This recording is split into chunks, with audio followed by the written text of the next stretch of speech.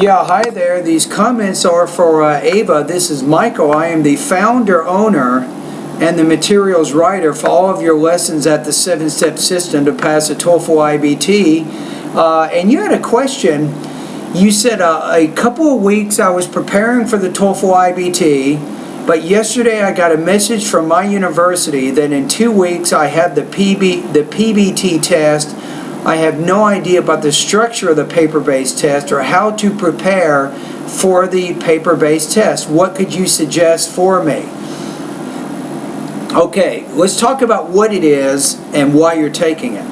The paper-based consists of 3 sections: listening, grammar, and reading comprehension. The listening section has 3 types of questions. You have short conversations, maybe like, "Hey John, how you doing?" Fine, since I got back from the hospital. Then the narrator says, what are the speakers going to talk about? So you'll have 30 short conversations. You'll have 10 longer conversations between 60 and 90 seconds. And then you have 10 more questions on lectures. The lectures, again, are between 60 and 90 seconds. You are not allowed to take notes in this part of the test at all. So the second part of the test is structure. It consists of 2 sections: structure and written expression. This is the grammar part of the test, I should say. So in the structure part, you have to be pretty good at understanding puzzles. It's going to test you on either the simple sentence, the compound sentence, and especially the complex sentence. You read it, you read the sentence, there's a blank, and then you see A, B, C, and D answer choices. You have to choose which answer most correctly completes the sentence. Those are 15 questions. Now then you have questions 16 through 40. These are what's called written expression. You need to identify, you'll have 4 underlined word or words, and you have to choose which word or word needs to be rewritten in order for the sentence to be correct. This can give some people a headache, I'll be honest with you, but you're identifying what's called common writing errors. Now let's move on to the reading. The reading is probably fairly similar to what you see on the IBT, except you don't have all the question types. For example, you don't have to complete charts or tables, you don't have to answer rhetorical questions, but every question on the reading you will also see in the internet-based reading section of the test, right? So that's what the test is. Now the next question is how to prepare for it. I mean, if it's difficult because there's not a lot of good materials out there for the paper-based test. To be honest with you, I've tried to find some myself. In fact, if anyone is watching this video at YouTube, if you guys know of a good book that will prepare students for the paper-based test, the paper-based version of the TOEFL, please put the link, the name of the book, put that in the video, in the comments underneath this video here. I'd be very, very grateful for that. Okay, let me go back to your question, Ava. So how do you prepare? Well, I think it's similar. I mean, if you spend time each day listening to either news, history, or movies, these types of things, you're just getting regular exposure, I think, to the language. You should be okay with it. The grammar section is a little bit tricky because if you go on the internet, you can go directly to the ETS website and you can get some sample structure questions, and you can get sample questions for all the different parts of the paper-based test. That would be a good idea for you. So you can see the kinds of grammar questions that you'll be asked. And then you can start to figure out, okay, what kinds of strategies can I apply to answer those questions? For example, it's very common during the written expression part of the paper-based test. There's really 4 basic kinds of questions that you need to really understand. Number 1 is word forms. It's very common that either a noun, an adjective, an adverb, or verb is being used incorrectly. And it's underlined. And you choose it. And then you answer correctly. Now you also have what's called word choice errors. The paper-based test likes to use confusing words like, alike, likely, quantity, number, amount, make versus do, come versus go, among, between, another, the other, the others, others. It will use all of those kind of confusing things. If you see a word underlined, like what I just said, pick it. Maybe you will guess correctly.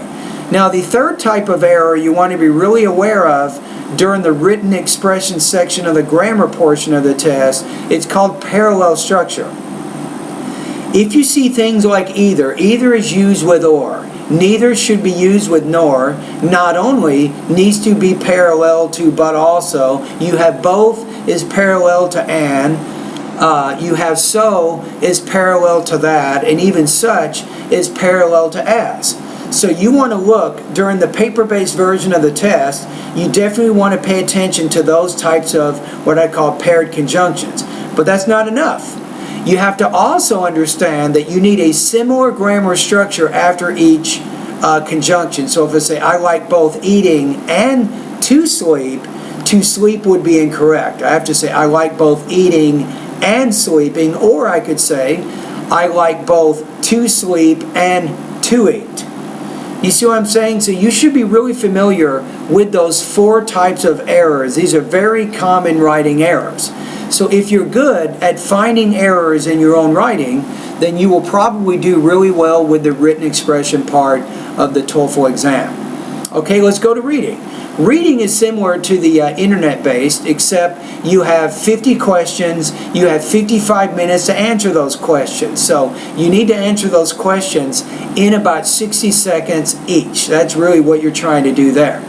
So the main thing is read the question, identify what kind of question it is. Is it a main idea? Is it a detail, for example? And then you want to go into the reading passage and locate the key information from the question or related information there. Once you read that, then you go back and look at your answers A, B, C, and D, and you make your best choice. Okay, now, why are you taking this? This is the last thing I want to answer right now. Some universities, like my university, California State University, San Bernardino, we like to give the TOEFL IBT at the very end of the quarter for our students. It's a way of measuring their progress. And it's also what's called the institutional TOEFL exam. And I think it's safe to say that the international students who attend my intensive English program at Cal State, we have about 120 students. Probably, I'm going to say 80 of them are going directly to California State University, San Bernardino. So what does it mean? If they reach a certain goal on the TOEFL exam, then they can be admitted into this particular university. But even if our students don't meet the required TOEFL goal, if they pass through the required level, for example, level 5 or level 6, if they pass either one of those levels, that means that they can matriculate directly, I think, to the graduate and the undergraduate programs here at California State University. So your university, Ava, they might be using the TOEFL exam as a way of measuring your progress in the intensive English program, and if you have desires to attend that same school, then they can look at that TOEFL score and determine whether or not they should admit you to that school. Now, Eva, the paper-based TOEFL is not valid anywhere else other than the university where you took it. In fact, Educational Testing Service, they don't even remember the scores that you're going to take. They will send your score report directly to your university, and usually you cannot use that score as a requirement for some other university. Okay, so anyway, that's pretty much, I probably said too much now. Anyway, I told you a little bit about what the structure of the paper-based test is like, and let me just recap. The listening section has 50 questions. The grammar section has 40 questions, and the reading section has 50 questions. Now, I also talked about how you can prepare for the exam, and I forgot to say something about reading. You want to make sure you're reading maybe 45 minutes every day. You want to read either magazines, newspapers, or longer books. The more contact you have with reading, the better off that you will be. So that would be some tips there. Now, I also talked a little bit about why you might be taking that test as well. But anyway, I hope I've answered some of your questions, and have a great day, and all the best to your high-scoring TOEFL success, whether it's the IBT or the PBT. Good luck to you.